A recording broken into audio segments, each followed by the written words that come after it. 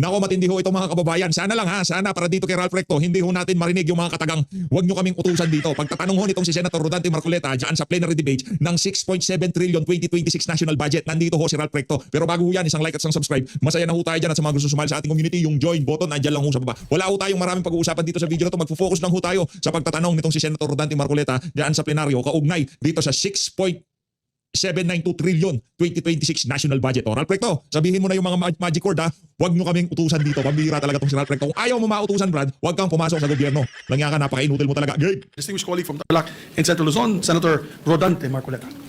Senator Dante Marcoleta is recognized. Marindi ho ito mga kababayan. Pagka si Sendante ng sumalansan, sigurado. Naku, Maraming salamat po, aangas yan Mr. President. Mr. President, noong mga nakaraang briefings po natin sa mga departments, nagkaroon po ako ng pagkakataon na i-discuss yung dynamics po ng ating 2026 budget. Nandito naman po ang ating kaibigan Secretary Recto. Kung di po ako nagkakamali, I did ask him about the consequences of the 6.7 trillion budget. Mr. President, ang sabi sa atin ni Secretary Recto at the time, this amount will represent something like 22% of our GDP by 2026. Mr. President, tama po kaya ang aking pagkaka-recollect ng mga figures? 21.5% of our GDP, Mr. President. That is the exact figure. So halos ganun din po. Halos ganun din. Halos kasi pareho lang. Halos pareho lang, Mr. ang President. sabi niya, kung halimbawa 21.5 or 22% of the GDP, then our GDP will be at least 30 trillion pesos. Mr. President. Yeah. At naitanong ko rin po, Ginoong Pangulo, na kung ganito po kalaki ang ating budget, 6.7 trillion, magkano naman kako yung ating projected income? At pagkakalam ko po, ang nasabi sa atin, Mr. President, ay about 5 trillion. grabe yan. And leaving a deficit of 1.5 trillion pesos. Yes, Mr. President. To be exact is 4.9. Pero nasa 5 na rin, Mr. President. Ang ibig sabihin po, Mr. President, sa 1.7 trillion, ay this is about 142 billion per month. 4.7 billion per day, na utang natin, 197 million bawat oras. Grabe yan. Yes, Ibang klase talaga tong si Sendante. Talagang ipapaintindi ho niya sa bawat Pilipinong nakikinig, ganito kalaki ang ginagasta ng administrasyon na to at wala ho tayong nakikitang resulta. Pambihira talaga, oo. Narinig niyo ho yung mga figure na sinabi na yun ni Senator Rodante Marcoleta. Binbreakdown ho niya kada linggo, kada taon, kada buwan, kada linggo, kada araw at kada oras ng winawaldas natin na pera at wala ho tayong nakikitang resulta. Anak ng Petrang Garapata. Palakpakan ho natin itong si Sendante. Sana no mag-sink in sa utak ng bawat isang Pilipino yung pagiging napaka-incompetent ng administrasyon na to. Di ba? Wala ho tayong makikita resulta. Utang dito, utang doon. Di ba? O, tax dito, tax doon. Yung pinapataas ho nila yung tax. Tapos maya-maya mababalitaan natin, flood control dito, flood control doon. Di ba? Ghost project dito, ghost project doon. Doon ho napupunta yung mga hinihiram nating pera. Kaya nakakalungkot tong isipin yung pag-breakdown nitong si Senator Rodante Marcoleta, yung mga gastusin natin sa susunod na taon, talaga hong nakakalungkot. Wala tayong magagawa, kailangan nating gumasta. Kung gusto nating umandar ang ating ekonomiya, kailangan talaga nating gawin yan. Pero ika nga nung ating yung pinapakinggan natin, sinusundan natin na si Attorney Vic Rodriguez, pagka maikli ang kumot, matutong mamaluktot. Hindi yung tipo utang tayo ng utang, di ba? Kasi okay lang sana eh. Utang tayo ng utang, yung ating ekonomiya ay packet ng packet, paganda ng paganda eh. Yung ating ika nga, yung deficit natin wala problema yan. Kahit umutang tayo, nakikita naman natin ang resulta. Kaso ang problema ho dito, pasadsan na nga ekonomiya, utang pa tayo ng utang, lumalaki ang ating gastusin, wala naman nagiging resulta. Yun ang mahirap dito. Okay lang umutang tayo, kailangan yan. Sana naman, wag humapunta doon sa mga proponent ng flood control project, yung mga ghost flood control project. Ano ko talaga mga kababayan? Mr. President. Pero dahil sa kakulangan po ng oras noong panahon na yon, Sir President, hindi ko po masyadong naitanong at ngayon siguro baka I will be in a position to ask a few more questions. How do we manage to grow our economy by, let's say, an estimated 30 trillion pesos for 2026? Mr. President, Mr. Chair, kayo na po ang nagsabi kanina na kailangan maging granular tayo ng konti. Diba? So, paano po kaya? Sapagkat ang nangyari po sa ulat po na ating nabasa kamakailan lang, ang ating pong GDP sa third quarter ay halos 4% lang.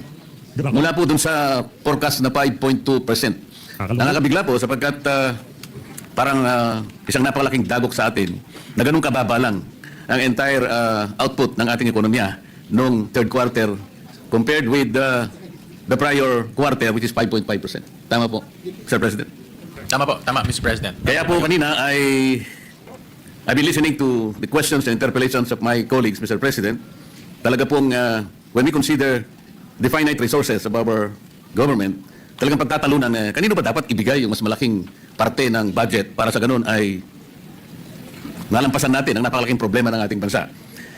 Kanina po, si Senator Kiko talagang very strongly ina-advocate ka talaga kung kinakailangan na bigyan po natin ng mas malaking budget ang agriculture. Tama naman po yun. Ngunit kung ang lahat po ng departamento ay ganun ang kanilang gagawin at kukunti naman po yung ating budget, paano kaya yun, Mr. President? Sa business policy po kasi, meron silang tinatawag na Pareto Principle, otherwise known as Pareto Optimality. You will be in a position to satisfy one person that consequently will make another person sad. Ibig sabihin, pag dinagdagan mo yung agriculture, meron kang babawasan, baka mabawasan yung isa. Paano niyo po babalansihin yun? But, Mr. President, napaka-hirap at komplikadong pagbabalanse ho talaga. Tama ho kayo, Mr. President. Kasi kung titignan ho natin in Tier 2, sa dami hong pangangailangan po ng ating pamalaan, ay talagang iilan lang po ang nabibigyan ng allocation. So talagang pinaprioritize po, may plano po, pinumpisahan ho natin sa Philippine Development Plan, and then from the Philippine Development Plan, ito po ay ibinababa na sa iba't ibang mga ahensya. So ano ho to, talagang dapat ho natin planuhin mabuti strategically kung ano po yung mga dapat nating unahin na i-address bilang isang bansa, at at the same time ano po yung mga bagay na kailangan natin para lalong lumaki ang ating ekonomiya. Mr. President, they say that the devil is in the details. Yan. Naitanong ko po kay Secretary Recto nung panahon na nagbe-briefing pa yung kanyang departamento. So para ma-achieve natin more or less ang 30 trillion output ng ating economy, he suggested that we should grow as fast as we can. As a matter of fact, I recall he said, maybe we should grow at 7.5%. Mr. President, na-recall ko po kaya ng tama yun. Ang target po natin next year, Senator Dante, is between 5 to 6%. Yun po ang ating target. Yun nga po, kaya ako'y nalulungkot, narinig ko ngayon, sapagkat yung 30 trillion pesos para po yun ay ma-achieve natin, kailangan natin talagang maiangat ang ating ekonomiya ng mas mabilis kaysa doon sa ating pagpupunyagi na napanagutan ng ating mga utang. Mas mabilis dapat yung pagsulong ng ekonomiya. Kaya sabi ni Secretary Recto, at least 7.5% or even more. Ngayon po, Mr. President, talagang ako po ay nalulungkot kung paano natin gagawin. Sumadsad po yung ating ekonomiya at 4% itong nakarang quarter. And the foreseeable future is very, very bleak. May nagsasabi po, our stock market is the worst in the region today. Our currency is the worst in the region. And then, may nagsasabi pa po, foreign direct investment dropped by more than 40%.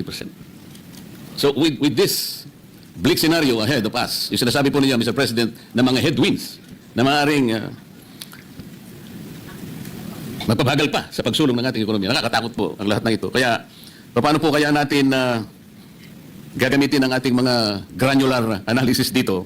Like for example, at 6.7 trillion pesos, Mr. President, gano'n po kaya yung idadagdag sa ating per capita GDP? Dapat meron po tayo kahit paano estimates. Yan. The balancing act is there, but the details must also be presented. Kahit paano ay makita po natin kung tatama o hindi. Kasi po, nung isang araw, bumisita po yung ambassador ng Australia sa aking opisina at sa aming pag-uusap. Napag-usapan po yung per capita GDP. Kamuntik na po ako nahulog sa aking upuan, Mr. President. Kasi ngayon ko lang po talaga tahasang nakita. As of 2024, the per capita GDP of Australia is $64,500 US dollars. Mr. President, tayo po, 2024, magkano po yung per capita GDP in US dollars? So kung 4,500, Narinig ko, $4,500 US dollars, Mr. President. $64,500 per capita Australia. Tayo po'y 4,000. Malayo pa, Mr. President. Pero Mr. President, Purchasing power parity natin. So siguro times 2 niya, 9,000 more. yes, and also Mr. President, next year ho, maabot na ho natin yung upper middle income status. Kasi kulang na lang ho tayo ng $24 if I'm not, 20... Upper middle status daw. Ito naman talagang, ikaw naman, Senator Will. Pambihira talaga. Oo. $26, Mr. President. So, in other words, lumalaki naman po yung ating economy even on a per capita basis, Mr. Gusto ko pong maniwala, Mr. President, kasi po, nung nakaraang taon, sa ganito rin pagkakataon, ang pagkakaiba lang, nandun po ako sa House of Representatives, ngayon po ay nasa Senado ako. At that time, I think last year, of the original members of the ASEAN, tayo na lamang pong hindi nakaka-graduate doon sa upper middle income. Halos ang lahat po ay nakaakyat na eh. Yun po yung nakakalungkot na bahagi. Kaya, with all due respect, kami po ay naghahanap ng konting mga detalye. At parang narinig ko pa nga ang estimates noon last year, ang sinabi ng ating kalihim ng DBM, by 2028, pasensya na kung gano'n ang pagkakatanda ko, Madam Secretary, buong tapang niyang sinabi na yung ating poverty incidence rate, sabi niya gano'n, magiging 1 digit. Ngayon po, ano na po yung percentage ng ating poverty incidence rate ngayon, Mr. President? Sabi mo kanina, parang 16. Mga narinig ko, 16%. Ngayon po, matatapos na po ang 2025, papasok na tayo sa 2026. Halos 2 taon mahigit. Kung ang projection is for the country to achieve a 1-digit poverty incidence rate, maganda po sana ngayon. Palagay niyo, makukuha po natin yan, Mr. President? Ngayon po, Mr. President, ang ating poverty incidence officially is about 15.5%. Ang target po is single digit by 2028. So, base po sa mga analysis ng DepDev, kaya naman po umabot ng single digit by 2028. Kung ang takbo ng ekonomiya natin ay ganito ho, mga nasa 5%, 6%, tapos tuloy po yung mga programa ho natin para po sa mga mahihirap nating mga kababayan, aabot naman ho tayo doon. Yun nga po but we are held up by our macro and microeconomic assumptions. Mga indicators na ginagamit natin. If we say that we aim at 1-digit poverty incidence rate by 2028, the assumptions must be that dapat hindi gumalaw din. Every other indicators must be held constant. The economist would say, ceteris paribus. So ang laki po ng factors na maaaring hindi rin natin makuha kahit na 6.7 trillion. Ang gusto ko pong tuntunin, Mr. President, kung hindi naman natin mapuproduce talaga the desired GDP to finance 6.7 trillion, bakit po tayo nag-isip ng ganong kalaking budget? Parang halimbawa, yung pamilya ng ating respected majority leader, ang kinikita niya ay X amount per month or per year. Pwede bang i-present sa kanya ng kanyang butihing asawa na ngayon ay miyembro ng Kongreso? Oh, darling, sabi niya, ito ang budget natin for next year. Sabi ng ating majority leader, Mr. President, ba't naman ganyang kalaki? Alam mo naman ang sweldo ko, ganito lang. Bakit doble pa doon sa kaya kong ibigay? Mahirapan naman ako rito. Ang sabi ng kanyang butihing asawa, Mr. President, hindi ko problema yan, ikaw ang ano yan. Ito ang kinakailangan nating maipundar sapagkat kinuwenta ko na lahat ng pangangailangan natin, ng ating mga anak, ang kanilang pag-aaral, ang kanilang kalusugan at lahat-lahat na. Paano po yun? Pwede po bang, hindi ba pwedeng sabihin ng ating majority leader, dahan-dahan ka naman. Hirapan tayo dyan. Maaring lahat ay makuha natin sa pag-estimate. Ngunit, sa actual, mahirapan naman tayo. Kasi po, tingnan ninyo, ang projected income is only 5 trillion. Ang ating budget ay 6.7 trillion. Uutangin natin 1.7 trillion. Hindi naman natin kayang ipundar yung ekonomiya para ma-achieve natin ang 30 trillion pesos or so. Because by that, we need to grow by not only 7.5%, maybe more. Mr. President. Mr. President, sa growth at 5%, aabot na ho tayo ng 30 trillion pesos, Mr. President, in terms of economic size, Mr. President. We said that. Gusto ko maniwala, Mr. President. Siyempre, kung mas mabilis pa, mas maganda, Mr. President. Ngayon ang mahalaga kung uutang tayo. Siguro to ko, ang budget debate plenary debate, bulahan. Yung mga senador, binubola ho sila nito si Ralph Recto. Pero hindi niya mabobola itong si Senator Rodante Marcoleta. Kahit ako gusto ko maniwala Kaso lahat ng sinasabi nitong si Ralph Recto, walang nagkakatotoo. Ibig sabihin, pambubudol din ho yung ginagawa na yan itong si Ralph Recto. Siguro po magagawa natin yun, Mr. President, kung pagtutulungan natin. Halimbawa po, gusto kong itanong po sa ating DepDev, sa ating mga ahensya, para sa ganun ay ma-promote naman ng mga industries na nag-ooperate sa ating economy. Di po ba meron kayong tinatawag na input-output table, Mr. President? Po, Mr. President. Gaano po kalaki yung ating input-output table Malaki yan. sa economy?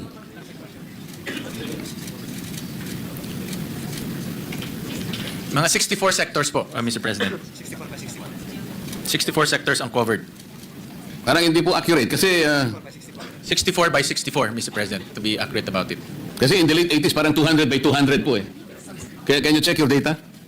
You might be referring to subsector. Yes, yun po yung subsectors, Mr. President. The entire economy, 24 Mr. President. 240 by 240. Yung Okay, subsectors. that's more accurate. 245 by 245. Importante po kasi yun, Mr. President, because doon sa input-output table, makikita po natin ang mga industries that influence each other.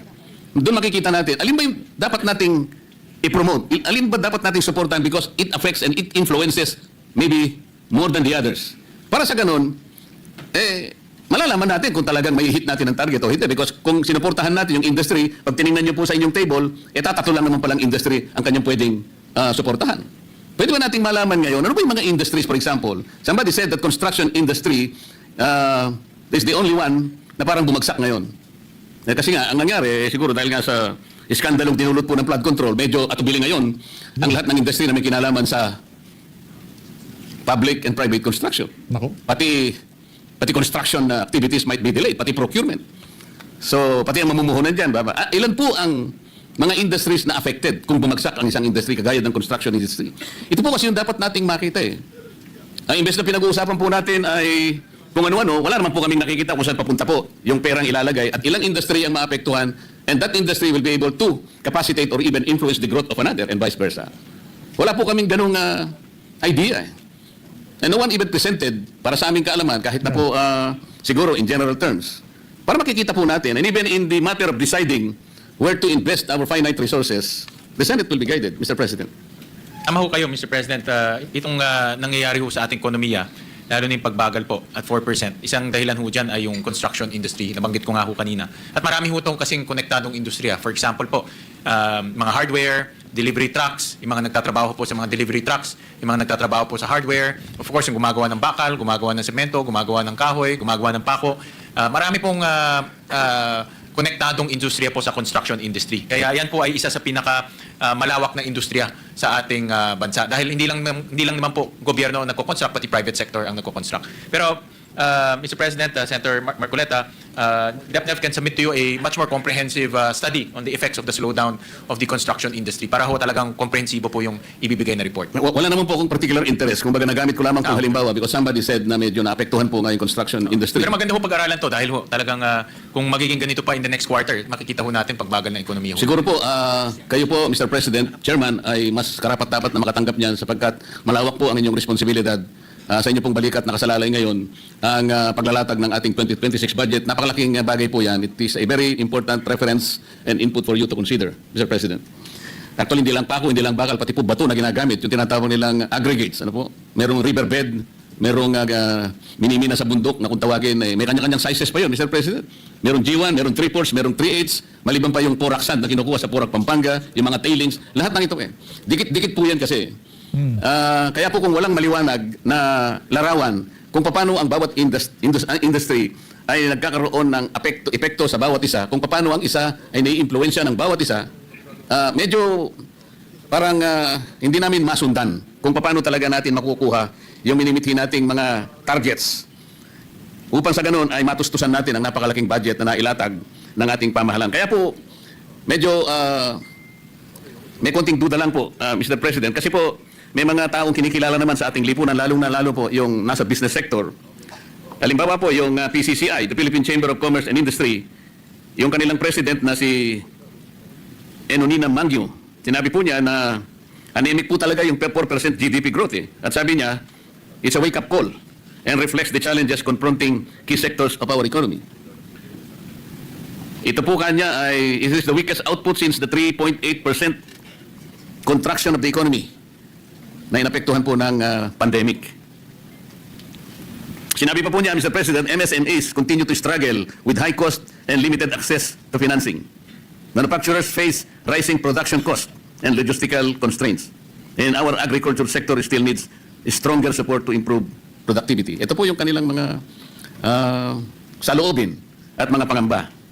Yun naman po ang chair ng Federation of Philippine Industry, Elizabeth Lee, noted that the Philippines has been grappling with investors' risk aversion. Ito yung problema po eh. People are spending less as prices bite and confidence dips. So hindi lamang po kami na nandito, tayong lahat na nandito sa Senado, Mr. President, kundi mga kinikilalang mga figura, mga industry captains ang nagpapahayag po ng pangamba kung saan patungo po ang ating ekonomiya. Si Alfred Panlilio po, na presidente ng Management Association of the Philippines. This is definitely very concerning, sabi po niya. He was referring to the 4% growth na talagang ikinabigla nating lahat. Ang sabi pa po niya, in my view, it is all about confidence in the country with all these corruption issues coming out. Mr. President, pati ang European Chamber of Commerce of the Philippines, ang sabi niya, as a consumption-driven economy, we see the recent crackdown in corruption as a contributor to slower than normal growth due to cancellation of government projects. Ito po yung sinasabi natin kanina, dahil nga po sa maanumalyang pagpapatupad ng flood control projects, ay talaga pong naging negatibo ang pananaw ng napakaraming leaders ng ating industriya. Mr. President.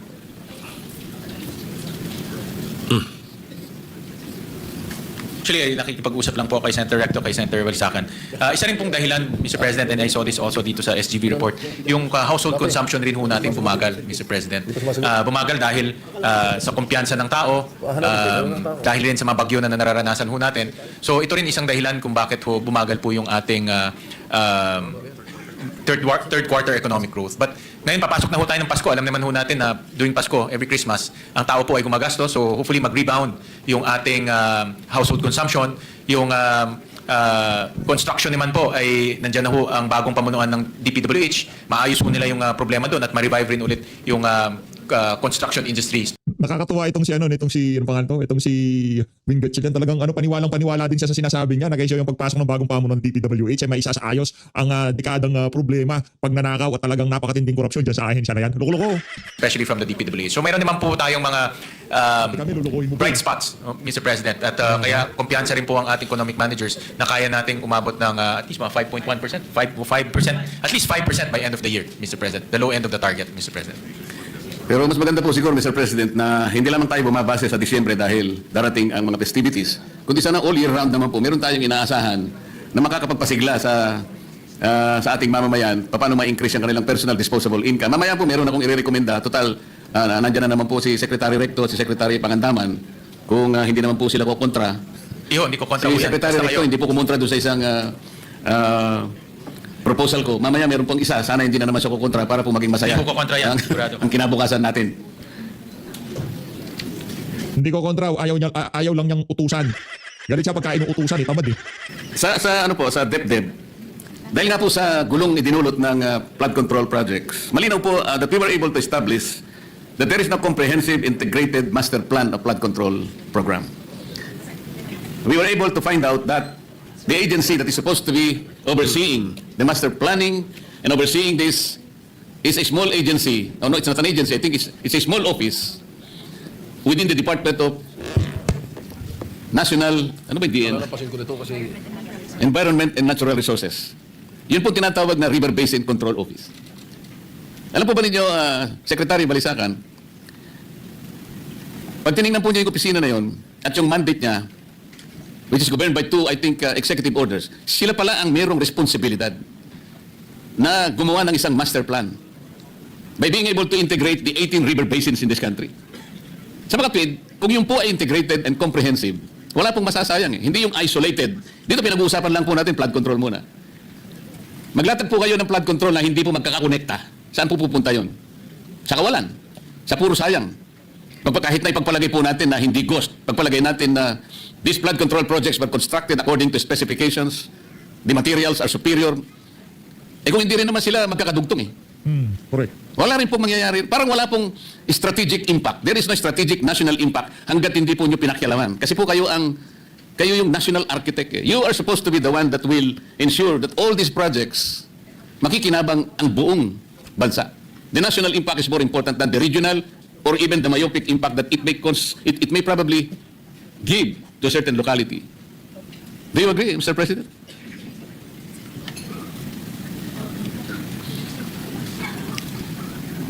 Yeah. So, Mr. President, under the new charter of DepDev, master planning of various sectors will be under the ambit of DepDev. So, meaning they will now oversee the master planning of, for example po, itong mga flood control projects, different river basins, and to make sure that the culture of planning is implemented and practiced in across different agencies, Mr. President. So, not only on paper, but really on action. No? So, paplano, then they will allocate, they will program the plans, and then after that, allocate funds to implement the plans. Is it safe to assume, Mr. President, that the DepEd started with the next year budget? Parang dumaan na po sa inyo ngayon lahat yung naipundar ng mga projects, more specifically flood control and the more critical projects. Nagsimula na po ba tayo dito sa budget na pinag-uusapan natin ngayon? O magsisimula pa lamang kayo? Mag-umpisa pa lang po. So ang katwid, yung 2026 budget, Mr. President, kanya-kanya pa rin. Well, Mr. President, for 2026, wala na pong flood control projects. Dahil nga ho, kung wala pong master plan, wala pong flood control ho tayong lalagay. At doon po sa mga ibang sectors na kailangan din po ng plano, yun po yung inuumpisahan ho nila. Marami ho kailangan ng plano kasi dami ho tayong ginagastos. No? So kailangan ho talaga ng isang sectoral plan, Mr. President. Kaso po, hindi lang flood control ang pinag-uusapan natin, mga road networks natin, mga bridges, lahat po ng infrastructure. Ang problema pa nga dyan, kung wala na tayong flood control, paano kung talagang kailangan proteksyonan ng komunidad ngayon? Dahil sa takot ngayon natin, na baka masangkot na naman ang marami, wala na talagang ilalatag sa flood control. Paano kung talagang ang isang komunidad lagyan dapat ng flood control sapagkat darating na naman ang maraming unos ng buhay? Sino ngayon ang magliligtas sa buhay ng mga komunidad? Dahil sa takot natin, bigla na lang tayo nagpasya. Wala na munang flood control sa 2026 budget, which is going to assure us that our community will be shielded despite the lack and absence of flood control. Mr. project. President, hindi naman po sa walang flood control dahil meron pa hong approximately 150 billion na natitira sa flood control na i-implement po sa 2026. In fact, marami hong hindi ho na-i-implement. No? Kaya ho ngayon, bago ho i-implement ho, talagang pinag-aaralan muna ngayon ng Department of Public Works. Kasi po, So may sabi niyo- pondo naman ho, Mr. Chairman. It's just hindi lang nila in-implement dahil natuklasan po ni Secretary Dizon na marami rin po palang mga flood control. Ni plano o program of work, wala. So yun po ang inaayos ho nila. Yun nga po, kasi sabi po niyo wala ng flood control, meron pa pala. So, Sa natitirang pondo. Pero po yung bagong pondo for 2026, wala na ho. Zero ho siya. at saka po, Mr. President, initially, ang dami po namin nakita na talagang yung sa sistema po ng pagpapatupad ng mga projects na yan, pinakamarami sa flood control at iba't iba pa.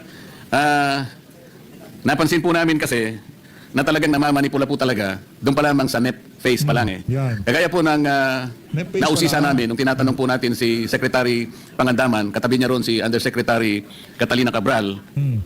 Napansin ko po kasi na yung ibang expenditures, for example, ng DPWH, yung pong tinatawag nating STOs, at saka lalong-lalo na yung PAPS, Madam Secretary, talagang there is a determined effort na yung ceilings na nilagay po ng DBM sa NEP, talagang binabawasan nila I was able to note at least 2 expenditures, yung STOs and the PAPS. Meron pa nga pong isang taon doon, 2025, yung nilagay po ninyong ceiling, inalis nila, ginawa nilang zero sa GAA. Ang medyo napansin ko rin po ron, sinulatan niyo po sila And in that letter, sabi ninyo, we repeatedly remind you that please strictly adhere to the ceilings established by us kasi pinag-aralan namin ito But they continuously, binabawasan talaga at lumilitaw po, nakita natin kung saan nila nilalagay doon sa convergence projects. These are the modern pork barrel. Meron silang SSP, meron silang CCSP, may SDM4, may BIP, lahat-lahat. Maliban pa sa convergence projects na ina-undertake ng iba't ibang mga ehensya, katulad ng Roll-It, katulad ng TICAS, blah, blah, blah. Dito po na ilalagay, dito na isi-switch yung nakukuha, nare-reduce doon sa mga NEP na nilagay ninyo, na ilalatag nila sa ibang Ito yung sistema po na dapat ay nakita nating lahat.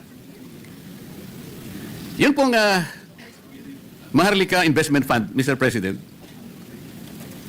Ito po ay pinag-isipan at naisa batas 2 taon na nakararaan. Are the promises of the Maharlika Investment Fund fulfilled, Mr. President?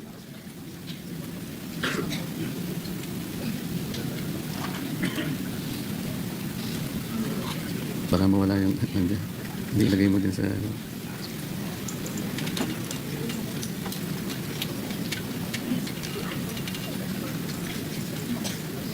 Nasaan yung binigay ko sa...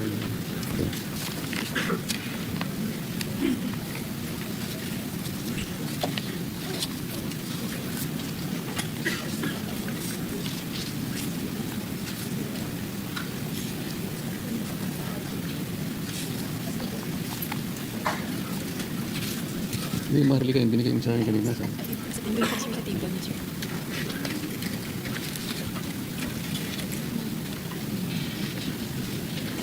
Sa Maharlika po, actually, hindi pa ho ganun karami ang kanilang investments dahil sinisigurado rin ho nila, Mr. President, na yung kanilang investments ay siguradong una-una will contribute to nation building at pangalawa po will yield to returns for the Filipino people. So yung mga na-invest ho nila ngayon, meron ho silang investment sa ATI, yung port operator dito sa ating bansa. Malapit na raw mag-close yung NGCP investment ho, which I agree dito dahil kailangan ho natin may eyes and ears sa NGCP. Meron ho rin silang bridge financing isa-isang mining company at the rest puro government security. So ito lang po yung tatlong kumpanya na meron ho silang ka-transaction. Alam ko po itong tatlong binanggit ninyo, Mr. President. Ang aking pong gusto sanang malaman, ganito po ba ang naging pag-asa natin? Sapagkat yung perang inilagay natin para maging Maharlika Investment Fund, kinuha po natin sa dalawang development banks. Ang karamihan po ay kinuha sa Development Bank of the Philippines at yung iba ay sa Land Bank. Pwede ba nating sabihin na kung hindi kinuha doon sa mga bangko na yon, na ang perang yon is devoted to development? At ikukumpara natin itong tatlong ginawang investment so far ng MI ng Maharlika Investment Fund. Masasabi ba natin na nagtagumpay tayo kung ikukumpara sa potential na nangyari sana kung hindi natin kinuha sa mga bangko yon at sa iba pang mga pinagkuhanan nating sources? Ang Maharlika po, meron din ho kasi silang nation building function, Mr. President, at kasama rin sa kanilang mandato na mag-invest sa mga they call high impact sectors key to national development. So energy, agriculture. Isa pa ho yung ano na yan, isa pa ho yung Maharlika ano na yan, Maharlika investment na yan. Ano na ho bang nangyari dyan sa pondo na yan? Pambira, ano na ho nangyari dun sa mga kinita o kung kumita nga ba? Di ba? Saan pinag-i-invest yan? Alam mo na, pinapaliwanag nila dyan kasi walang transparent, tinatanggap na lang ho natin kung ano sabihin itong si Ralph Recto. As always, maraming salamat po sa pag-support sa page update. Mag-ingat po kayo lahat. Mahalin natin Pilipinas. Mga kababayan ha, bukas ho, talagang tututukan ho natin yung mga kaganapan dyan sa Blue Ribbon Committee. Pagkatapos ng video na to, pasadaan naman ho natin yung nangyaring press con kanina kaugnay sa mga magkakasa ng mga malalawakang pagkilo sa mga susunod na araw. Mahalin ho natin Pilipinas. Maraming salamat mga kababayan. Saludo, Senator Rodante Marcoleta. Palakpakan ho muna natin.